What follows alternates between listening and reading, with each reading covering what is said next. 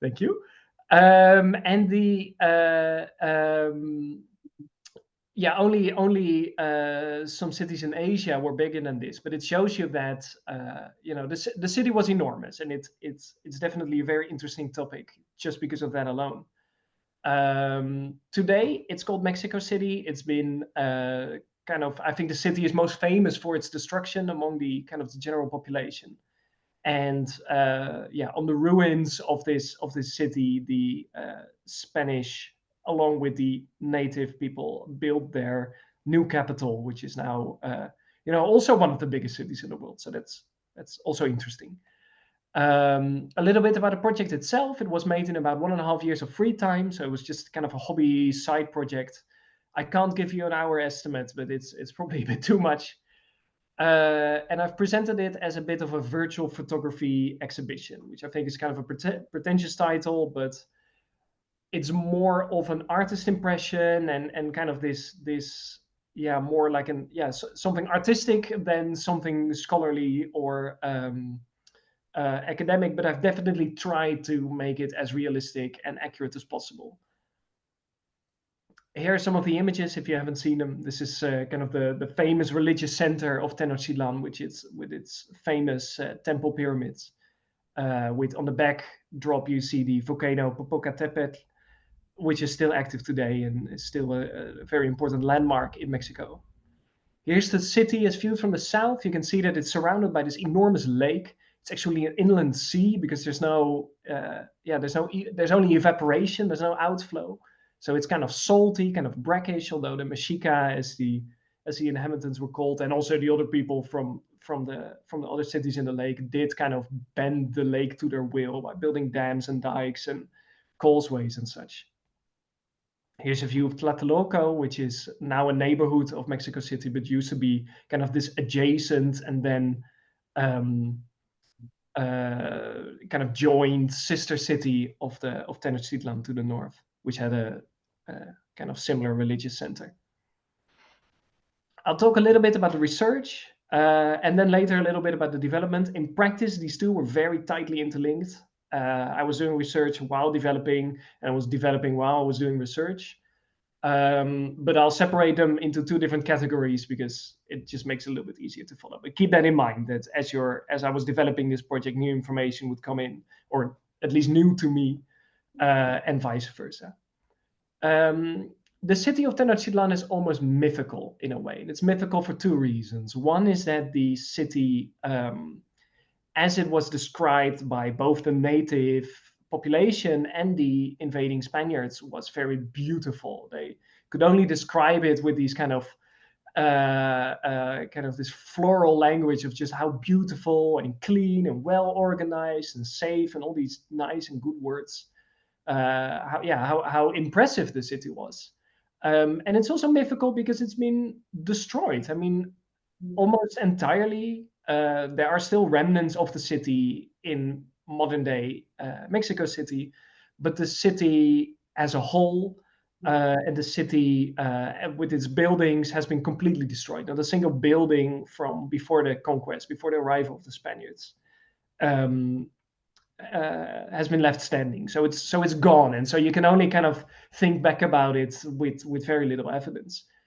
This is what I hope to find, this is a map of Amsterdam, and if I wanted to do a reconstruction of Amsterdam in the 1520s, kind of a similar time frame as Tenochtitlan, I would just take this map, zoom in, work out all the houses, visit some of the locations in person. I can go to Dam Square, I can go to the canal, see what they look like today, look at historical photographs, and kind of come to a reconstruction that way. But there's nothing like that of Tenochtitlan because it has been so destroyed, and we really have to rely on very scarce historical sources. We do have some, of course. We have some of the foundations of Tenochtitlan are found in Mexico City, but archaeology is really difficult because many of the early colonial buildings and buildings that come after have been built on the foundations of Tenochtitlan. And those buildings also have value. You don't want to destroy them because there might be a foundation below it that is interesting. But you also want to understand the city better. So there's a really complicated dance between what you can and can't do. And of course, these are the most concrete pieces of evidence that we have for specific aspects of the city, but they paint a very, they're tiny keyholes into the entirety of the city. We have historical sources from the conquistadors, from the Spaniards that came to the city in the 1520s, and they must definitely be viewed through kind of this early colonial lens, and there's definitely some kind of history editing going on there, but they're also important because they do mention things that are important. And we have what we call the Aztec codices. These are books that are compiled by Mexica, so original inhabitants of the city and the surrounding cities, but they are partially dictated and definitely annotated by kind of these Spanish scholars, and some of them have been written quite a few decades after the conquest. So they they are not always as reliable, but again, we need to have something to work from. So these are the sources that we have to deal with.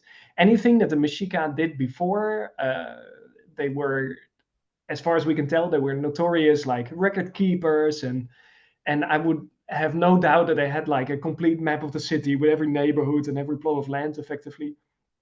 It's all gone. There's none of that is left, or at least none of it has been found. It's been destroyed by the Spanish. I think there's a fourth source, which I'll touch upon a little bit. Just like many cities, I mean, if you go to any kind of photo archive and you look for any city in the world from 100 years ago, from the 1920s, you will find that people live in those cities much more like they have lived for like 100, 200 years before than like that in the 100 years after. Like every city is kind of buried between this or below this kind of super thin layer of modernity. But for the most part of history, people used to live also in Mexico City, much like the Aztecs would have, because of course they would have. They have the same resources, they have the same landscape, the same city. And here you see kind of this man in European clothes, but he is traveling the canals of the city in a canoe, and he's probably harvesting very similar crops, and he's living in similar houses. And these stories still live on in families and with people, but we have limited time to write those down. So I think there's kind of a wealth of knowledge that is still out there that would be super helpful for a reconstruction like this. Take a look at the house that the man lives in, and we'll get back to that a little bit later in the presentation. Research into Tenochtitlan is a very well-established field. There's many scholars, there's thousands of hits when you look on like Google Scholar, and there's dedicated magazines and whatnot.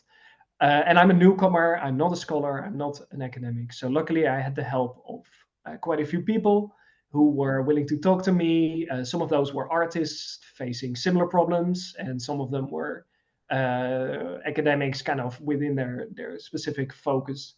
So that was super helpful. I could not have done it without those people. To get a sense of the bigger picture, I started reading a couple of books. These are some of them that I've read that have given me kind of a broader understanding, which is really helpful for a bigger picture. This is an aerial view, like a balloon view of Mexico City. And what you see here, it's from 1858. So this is hundreds of years after the conquest. And Mexico City still looks a little bit like Tenochtitlan. There's churches, there's Spanish-style architecture, but the lake is receding, but still marshy. So people are using kind of these causeways to get in and out of the city. And this is good news because we can take this images like these, which are kind of numerous, and we can kind of extrapolate backwards into history to see what the city would have looked like before the arrival of the Spaniards. And this is, some of these early sources like these are super, super helpful. This is a map of the city made by Mexica scholars. Only several decades after the conquest. And it looks a little bit primitive if you look at it like this. The map isn't in a very good state anymore, but you can see these kind of celestial axes along which the city has been built. And we can see Here Tlatelolco in the city center. I flipped it upside down, but I'll show you why later. The famous religious center of Tenochtitlan is not there anymore, but it shows us a really good overview of what the city was like. This resource, I think, is one of the most important maps.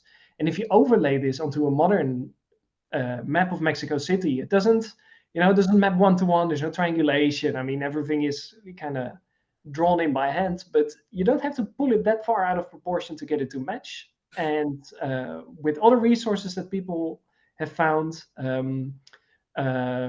Thomas Vilsinger has been able to kind of create this fairly good map of what the city was like back in the day. And even though almost none of this is left and everything is buried under the modern city, we can really get a fairly good sense of what the city would have been like. But I'm also interested in the smaller picture.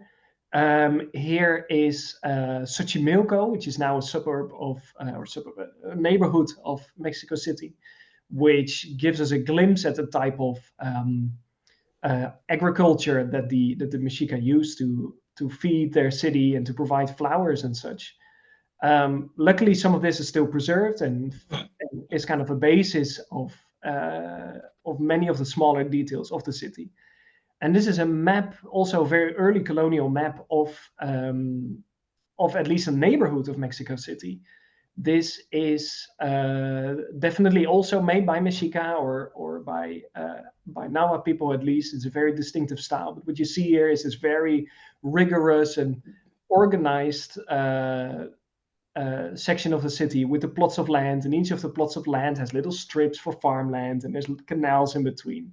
These sort of details, although we can't place this map yet into where it would have actually been, we don't know yet. This gives us a very good sense of what the city might have been like in its in the more rural parts, less of the urban parts. And here's some of the houses they've been documented. You can see on the right kind of the crop there of the of kind of a wooden stick house, which is very similar to the one we saw earlier in the photograph. So that means that we can use these early or these kind of relatively late sources and map them onto the early city. But there's also a lot of creative license, right? This is on the left. You see the palace of Emperor Moctezuma Xocoyotzin, who was the last emperor before the arrival of the Spanish. And you can see him in his palace. This is a description of his palace, and we know that his palace was destroyed, and then the foundations were used to build the Palacio Nacional in Mexico City, which is on the right. And on the right, you see this it's this whole building. It's an enormous building. And so I have to somehow, as an artist, take that kind of drawing on the left and kind of morph it into this big structure. Here's some other attempts by other people. Scott and Stuart Gantling have tried it, and Paul Guinan has tried it. On the bottom is my rendition. I can certainly say that my rendition is wrong because there's almost no basis for this, but I need to put something there, right? I know approximately the dimensions, and I know approximately the style in which they built, and I have to kind of be the artist and fill that in. I can't leave a gap and say, well, more research is needed. Just pretend you didn't see this. I can't do that. I need to put something there. So with all of that in mind, let's talk a bit about the development. Again, they were very tightly interlinked. All of the development happened in Blender, basically, which has been my software of choice for many years. And Blender kind of has this new, more rule-based and programmer-like way of interacting with the software called geometry nodes. Super crucial in this project. Very early on, I started with a feasibility test just to see how big is this project, right? How big is that lake? What, if I put the terrain in there and put like a cube the size of a person, how big is that? How big is a house? How big is a boat? How big is a temple? That sort of stuff. You want to get that in there very early on to kind of determine your scope. Because in my mind, the first idea was I wanted to be able to go all the way down to street level and all the way up from satellite view and kind of everywhere in between. Once I completed this feasibility test, it was immediately obvious that was impossible. So instead, I scoped it down to only aerial views. If I didn't do that, if I didn't do the feasibility test and just dove in kind of naively, I would have never finished the project. I worked outside in, starting with the terrain, into the city, from the outskirts, into the kind of the most detailed and important parts. Um, Very handy. If you work that way, you don't have to worry about kind of reworking your bigger picture to fit your details, and instead you kind of work the other way around. Very convenient. Started with the terrain, basic stuff, just a height map that you can find. In this case, the lake was missing, of course, because the lake has been drained and there's a city now, so I had to rebuild the lake. But that was relatively easy as well. Um, One of the things I immediately noticed was that the forests were immense. And any sort of naive approach of just placing trees everywhere to generate this forest immediately went out of the window. And I started looking at the project a bit more like how I develop technical things for video games, instead, with a lot of trickery is how I looked at it. And so I came up with a system where instead of having individual trees, I kind of cover this entire terrain with a quilted blanket, and each of the kind of the sections of the quilt would be facing towards the camera. And then on those like pieces, I would place images of trees, and that gives you a perfect approach to what trees would look like. They still catch lighting, reflections, that sort of stuff. But instead of being limited by the amount of trees that you can put in there, you can just roll that out all over your terrain. It just works. These sort of out of the box ways of thinking about problems is really important when you do something like this. When you find out that you can't do it the naive way, you need to find other ways. One downside of a quilted blanket is that it just kind of conforms to the kind of smooth feeling of the terrain, and you don't get that nice like highlights and details, and especially no contours. But I just treated that as an exception. So I picked out the contours of the terrain automatically, of course, and placed trees there. And then the problem is solved. Everything that is not contour looks like a forest, and then everything that is a contour has these like nudgy things, and that works out perfectly fine. What I talked about before, this geometry node system, is really important because it allows you to take very little input. In my case, here I'm experimenting with kind of generating these floating farms, as they call them, these chinampas, which as an input has basic shape, a square or whatever I decide it needs to be. And it places trees, it places houses, farmland. It decides whether it needs crops or whether this is a more urban area. All that stuff is rule based. So if I look at my reconstruction, I say, well, it doesn't look urban enough because we think there might be more houses, and I can just kind of push and pull that, and everything just kind of conforms to it. Anything that would kind of take you hours to do by hand, which might be subject to change, don't do it manually. Do it somehow automatically. And if then later on it turns out that it needs more love, it needs more attention and more detail, then you can, at the very end, do it manually. But anything beforehand, you should probably do it automatically. Everything in the whole scene effectively works like this. Is that if there's more than 10 of anything, it's placed automatically. Canoes, houses, farmland, reeds, trees, roads, whatever. Everything has this system attached to it, and it might not look super good up close, but it's perfectly fine from far away. And that is what I was going for in this reconstruction. It works fine. Some other systems at scale, for example, here is automatic grunge. I didn't want to apply kind of grunge everywhere, and so I came up with a system that takes me from putting in even not that much effort, but any effort, and turns it into zero effort, so that if I need to change the shape, I can just do it. I don't have to worry about it. One of the things I started doing early on, especially because this was a kind of a hobby project, is keeping a forum thread and keeping screenshots just in a folder on my computer of every time that I thought, hey, this looks nice, or this is kind of some progress that I'm making here. I would take screenshots. I would, look at them on my phone on the train and be like, what can I improve? But it also means that when you're developing and when you break something, like quote unquote break, when you take the same angle, same lighting, you think, it just doesn't work anymore. Last iteration it worked, now it doesn't work. You can refer back to it. You can just look at the screenshot and see, oh well, it looked nice because the lighting was nice here, the trees or whatever, and you can reapply it in your later stuff. And it really helps you stay motivated as well, because sometimes it would be, weeks of work to get some basic features in, and then I would think, oh man, I haven't done anything. I look at my screenshot, I think, well, actually, it's, I've made some progress. So that was really nice to keep a record like this.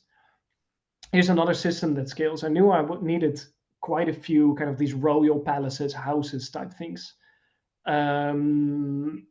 Created a system where on the input I would have kind of these blocky shapes, and as an output I would have a fully detailed palace in the architectural style. Super handy because quite common. I would make something that looks a little bit nice. I think, yeah, this is cool, and then it turns out I need a road right down the middle. Just cut it up, split it apart. Everything kind of shuffles back into place, and it's fine. And then instead of wasting dozens of hours, undoing all that progress. By creating a system like this, you really keep it flexible. Post-processing was done also in open source software, GIMP and Darktable, just to kind of punch out the images in the final images. Didn't need much of that, but just to get that saturation in a little bit, just make them pop. Here's a screenshot from Blender showing you the religious center of the city and some of the outskirts. Here's another image showing you the terrain and the city itself.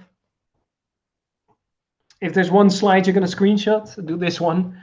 Some key takeaways I've put down: keep your scene flexible and performant. If iteration is cumbersome, if like moving a point takes you like 2 minutes, and then you have to move it back and everything is slow and your computer is churning, get that out of the way as soon as possible. Make sure that you stay flexible like that. It's very easy to become like kind of acclimatized to everything being a little bit slow and cumbersome. Make sure it's not that, because you need that iteration time to make it nice. Keep a log or a forum thread or a diary or whatever, so that you kind of stay motivated and stay that you can kind of keep track of where it's headed. Don't get lost in the details. Start big and end small. It's very tempting to, when you start a project like this, first to do all the temples with their little details. Don't do that. Start with the terrain, end with the temples. You'll be thankful in the end. And understand your scope early on. Super important. Do a feasibility test. See if you can even manage a scene like this. And if you can't, downscope and see what you can do. And if you really want to do it anyway, then you should first kind of see what's in your way and kind of react to that instead. I'll talk a little bit about the launch, which started when I decided that it was time to stop. You can spend your whole life doing a project like this, I think, but I wanted to, at some point I decided this is fine. I'm happy with it. It's ready to be seen by the world. I wanted to make drone comparisons, which I did together with a drone operator in Mexico City, Andreas Simo. We picked out these locations virtually, and then he could fly to almost exactly that position in real life and shoot that comparison. It's really difficult to get a good composition, because when you're out there in Mexico City, you can't see Tenochtitlan. So only I, in my 3D scene, could say, this is a nice composition, and then he could fly there and take that same image. Translations, I translated the Sahara. I had the site translated into Spanish and Nahuatl, which is the language which is still spoken by a few million people. So it was definitely worth it to get it translated into that language. And there it is, a website ready for everyone to view. Because I made it as accessible as I could, and as a result, I think many people did like it and ended up seeing it. And I hope that my project like this has had a kind of a beneficial influence on the way we might see cities like these from the past. Here's a few more images that I would like to share. Here's the city kind of being surprised by a heavy shower of rain. I think it's really cool to kind of get these, you don't have to do things like this, but I like it. I like to get a little bit of drama in the shots. Here's the religious center as it would have looked at the equinox when the sun rises directly between the two temples and casts these long shadows across the city. Very important religious date. Here's a view from the same temple looking into the entire city, out into the lake and onto the shores. And here's a video, very early test with video. I'm not sure what to do with this yet. It probably has some potential, but just want to do a feasibility test of how I could make video work. And it looks like I can make it work. It looks like it's possible. Just need to figure out what to do with it.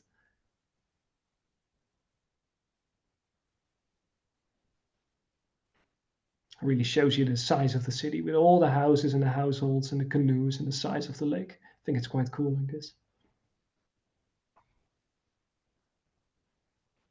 And there it is. That's my presentation. I hope you enjoyed it, and I'm super excited to hear your questions. So thank you.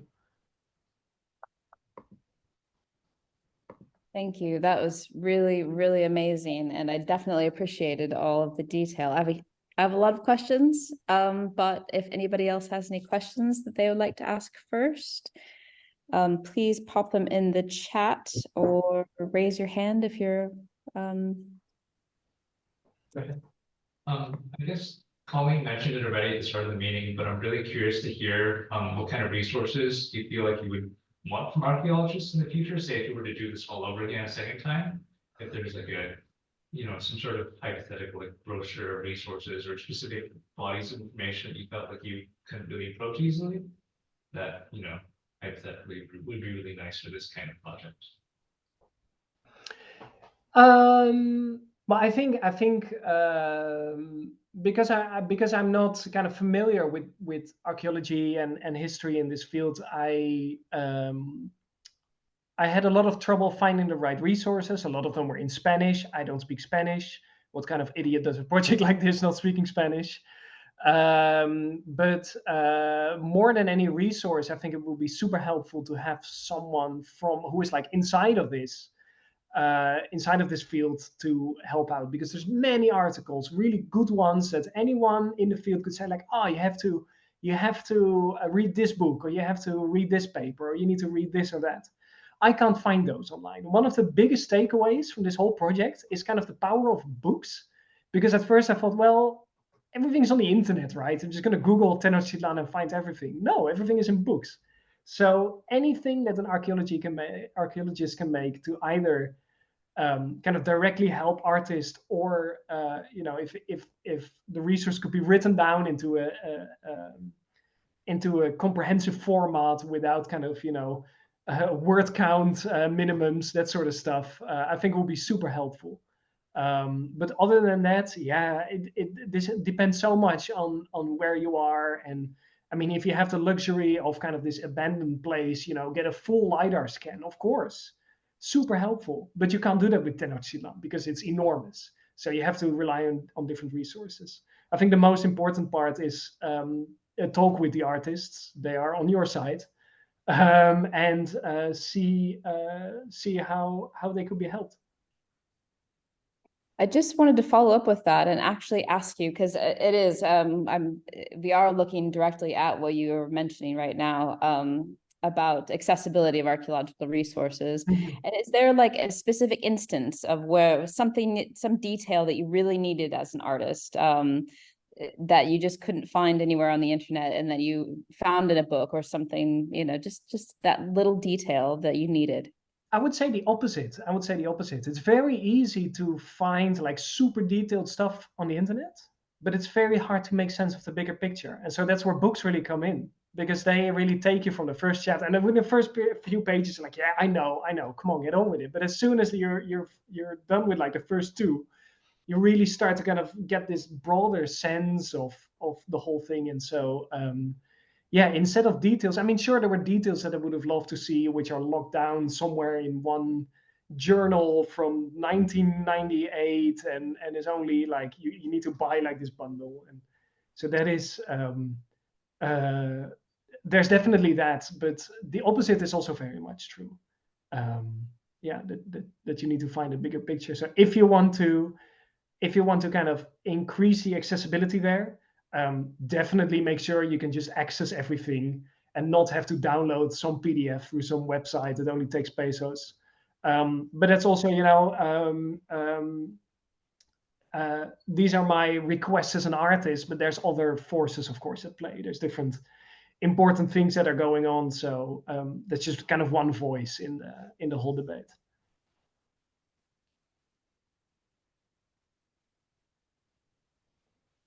Other questions?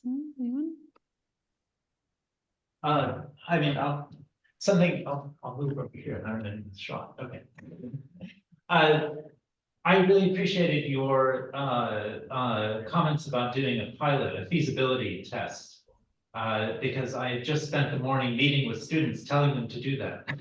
So that's excellent advice. Is there any other handy tips like that about how to scope this sort of project that you can think of? I mean, I can see that your initial idea compared to what you realized, it seemed to turn out pretty well. But is there anything else, any other words of advice for people? Yeah, it kind of goes against that point. You shouldn't also kind of be discouraged because you think you can't do it, right?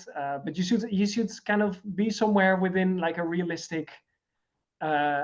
You should have kind of realistic expectations. If you want to do something like this, you've never touched the software, you've never done this or that. Take something like 5% of the scope of the project. If you can't do that effortlessly, you should first train a little bit in it. Get familiar with the software, get familiar with the people, and it will come. Like if you put your time in it, you can do it. But yeah, don't just dive in, because there is this thing called kind of technical debt, which is something that programmers are very familiar with. And I struggled with this too, even in this project, because I learned a lot.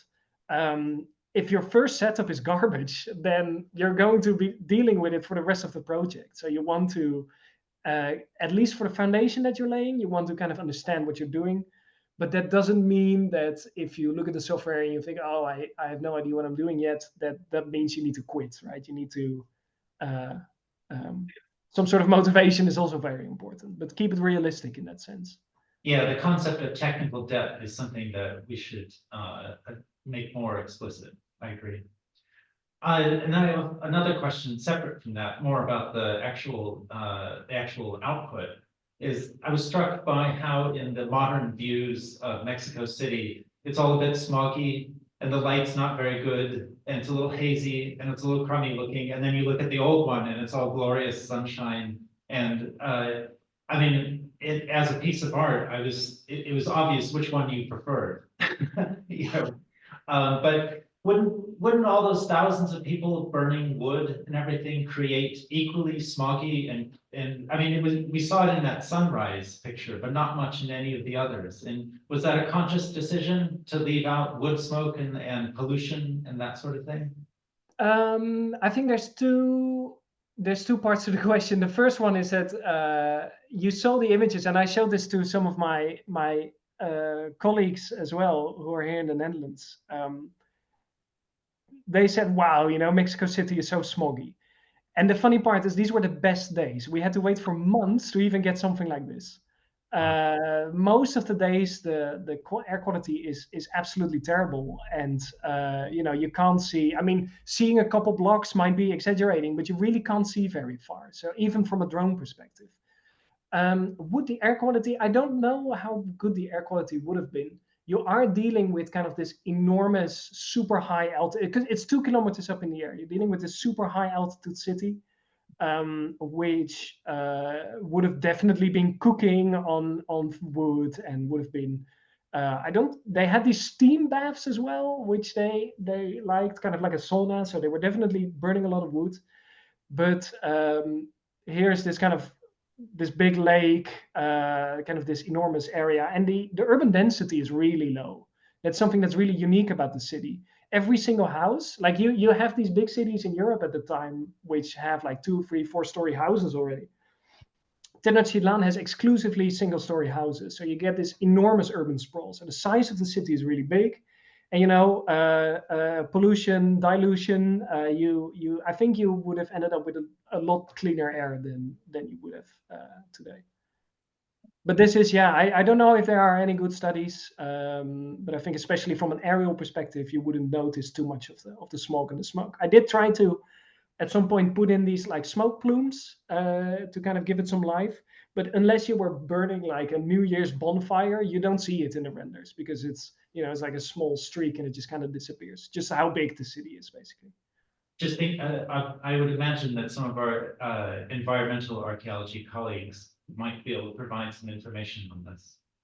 No doubt, I'd love to hear it. Yeah, and I'm sure that on like bad days with kind of stale air and no wind and whatever would definitely create less favorable conditions. Yeah. There's a question in the chat and it says, thank you so much for this fantastic talk. Coming from a technical art background myself, I'm really interested in the different priorities we might have to archaeologists, especially the ways of working around technical and scope constraints you talked about. Do you feel that sometimes clashes with the way archaeologists in academia might work?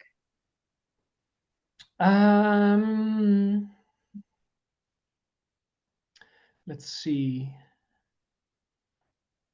What exactly would clash? I'm severely dyslexic, so I'm reading the question 1,000 times. Sorry, that's really badly worded. What I kind of meant by that in a way was sort of that, do you think that we have a kind of different set of like priorities or values or sort of things that we're working to balance in terms of like the product that we're aiming for versus maybe the product that an archaeologist trying to do a similar thing is aiming for? And do you think that maybe those values would maybe come into conflict? Like, for example, when we with the sort of procedural like building generation that you were talking about, do you think that maybe that would that's an approach that makes sense to us, but maybe it's an approach that somebody else would fall back and say, oh, that's not accurate. What are you basing that on? Or would there really have been something on that speech, for example? Sorry. So your audio quality is really bad. I had a very hard time understanding it. You were asking about the kind of the procedural nature of the rest of the city. Is that correct? Yes, sort of. So I was asking about the kind of the procedural sort of modeling, for example, as an example, and then how that that process is something that's kind of as generative and that is in a way produced by your computer based on a set of parameters that you're feeding it, but ultimately kind of like it's an algorithmic process. Do you think that would what do you think that some of the difference is there, for example, from the way that sort of an archaeologist might go in and say, okay, well, based on the sort of, some evidence that we have on this spot, we're going to do the reconstruction in that way versus your own processes of just doing it in another way. Yeah, I see what you mean. I think it kind of depends on the type of project because the city is enormous, right? And so I did receive like sometimes a comment like, oh, we found this specific foundation in this specific part of the city. Can you include it? I could spend like 2 weeks including it, and you don't see it in the final because it's so big. So I think it really depends on the scope. And I don't think that necessarily the kind of procedural notion or nature, I should say, has to clash with kind of the concreteness of archaeology because they go very well hand in hand. You can very easily create these systems that both allow, when I do my palace, for example, I'm completely in control of where the doors go, where the walls go, where the pillars go, all that stuff. And if, for example, they did do archaeology on a specific section of it, I could model that by hand and kind of have the rest be filled in. So I don't think it has to clash. No. In fact, I think it can help a little bit in that sense. Yeah. That makes sense. Yeah, no, that's interesting. Thank you. Yeah. No, I think that's completely right. Oh, sorry, Valeria, I think is in the back. Oh, yes, I have a question. You might need to come up closer. Yeah. Sorry, just because the microphone is bad. Yeah, you're speaking to that thing. Hello. Hi, That's a really good job. I really enjoyed that. thank you so much. I'm just curious what you're kind of envisioning for the future of this portrait. How would you like to see it being used? Are you thinking, have you thought about that? Or are you thinking of going back into it with feedback from maybe someone in Mexico or, just kind of like what you're thinking for the future? Yeah, I'm not really sure. I've only released it it's been a couple months now, but it's what's out there right now is kind of for Creative Commons use, and so I've already seen it printed in like brochures and seen it in presentations here and there. So I think in that sense, it's doing what I wanted it to do, and that's good. I think it's a decent kind of rendition of the city. I would be up for kind of refining it a little bit more if that's needed. I know, for example, that the kind of the most important part of the city, this religious center, we found some foundations and we're kind of basing it on that. But we also have descriptions of there being 70 sort of structures, 70. And they're not all in there because we have no idea where they are. There's this big cathedral that's built on top. There's all these important new buildings that are built on top. So sometimes it can be kind of, what do you call it? I don't want to say a waste of time. That's not it, but it can be, you're fixing one thing and then, I'm sure that 5 years later we have more evidence and we say, okay, let's complete this thing has to be redone entirely again because there's new evidence again. I'll see. I don't know yet. I'm not exactly sure what different people would want from it. I'm thinking of at some point when I did refine it a little bit more and made it a bit more accessible to release the whole project and to let everyone do with it what I want. But no, if you have any suggestions, let me know. I don't know. Well, I mean, Well, I think just to follow up, sorry. Yeah, I mean, the question really is it an iterative project? Or are you gonna keep updating it? Or do you see it as something you're gonna leave for a bit? Or I think I would only update it if there's something in there that's so wrong, or we have something that's has such an impact on the way it would look. Only then I think I would update it, because I think for now it's kind of all right. There's immediately, I think like 2 days after release, I already kind of did an edit where somebody pointed out like, hey, this is pre-industrial times. There should be a lot more snow on these volcanoes. We have old paintings where there's a lot of snow. Like, oh yeah, of course there's more snow. How could I not see this? And I edited it and republished the specific images. So unless something like that comes up, or somebody says like, hey, we're doing research on this quarter, can we get some images from that and kind of work our archaeology into it? Yeah, of course, that sounds interesting. But kind of as a whole project, as with the size that it has now, I think it's I doubt that there will be any new evidence that will kind of radically change that. So we'll see. I don't know. There's unknown unknowns, so we'll see what happens. I feel like I should mention, we had come through our program a man named Paul Doherty, and he was one of the original 3D Studio Max developers, and he developed the ancient city of Amarna.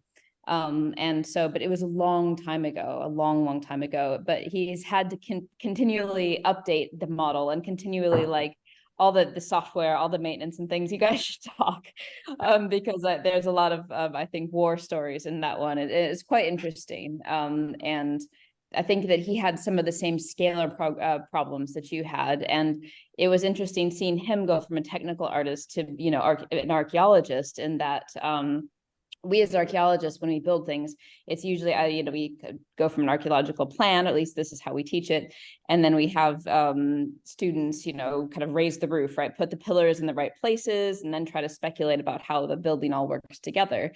And we do that as, kind of an archaeological investigation. Whereas I've always been told by game developers, yeah, procedural generation and just make the skin to make it look nice, which is not exactly what we're trying to do. But I think that your work is really great in that it demonstrates that there are ways that you can move between those two things, and that I think that was just a really new and interesting thing that you're doing there that I really, really appreciate.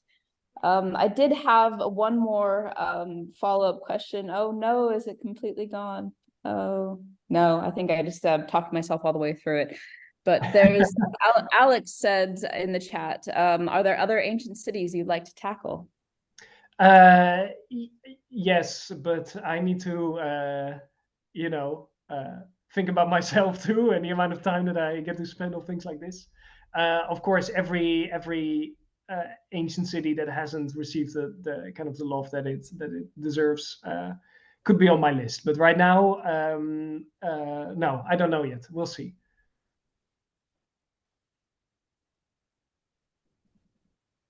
There any questions, other questions for Thomas? Just one more. I just keep popping in the frame. Hello. Is there a way to open source this? I mean, just thinking of ways to take the burden off yourself for updating it. Are there files that you could release that others could work with? Your audio is gone. Is it still gone? Oh no, I can hear you now. Okay, sorry. Yeah, I just had I guess a Wi-Fi outage. Yeah, sorry. Go ahead. The question was, is there a way you could open source this? Are there, the actual source files for the project? Would you be interested in releasing those and then let other people update it? Yeah, I think so. Definitely in the long run. There's a couple of things that I want to kind of get out of the way in the file itself, and to right now it can only be edited by me because it is a kind of a mess. Yeah. So I want to clean some of that up at some point, and maybe kind of wait for some. Archaeology isn't very fast, so I want to kind of wait for some more in-depth feedback. Maybe then kind of work that in and then release it at some point. Yeah, that's definitely on the timeline, but not yet, because I don't want to release something that I suspect might have some issues here and there, or could be unworkable, or that sort of stuff. Yeah. Understand. Okay, thank you. That's all I got. What kind of feedback would you like from archaeologists? There's some specific details that I think might be wrong or could definitely use some updating. It's very specific stuff. I would have to get into like the details of it. But there is this you could always call it like a central authority on kind of anthropology and archaeology in Mexico, who kind of has this they take great care of their temples. It's not like a Wild West. They have their organization for it. I would like to kind of talk to them, because I bet there's some stuff out there that isn't yet in the papers, or is gonna release sometime soon, but I'm not sure what yet. So I first want to talk to them. And again, it's kind of a matter of unknown unknowns, and until I have like the kind of the okay from that organization, like, yeah, this is it's not perfect, but this is pretty good, then I would say, okay, this is ready for something like a public release. But yeah, it's also a matter of I want to give the kind of academia time to respond, because you don't social media is very kind of reactionary and instant and ready to share it, and the kind of scientific process is slower than that, and that's fine. Yeah, that sounds good. Valerie, I think, came up to facilitate that. If you don't have a point of contact yet, I'll be happy to introduce you to anyone. I worked at the National Institute of Anthropology and History before coming to Europe, so I know people at the museum of Templo Mayor and some other places that I want to talk to you. Yeah. Yeah, absolutely. Yeah, that would be great. You can I don't know if you have my contact, or you can find it on the bottom of the project page. I would love to hear. Yeah, absolutely. Go ahead. Thank you. Yeah, thank you so much. I think that's all we have time for today. So thank you so much for coming, everyone in the audience, and thank you, Thomas, for sharing your model with us. It was really great. Yeah, thank you so much. Yeah, as I said, any other questions you can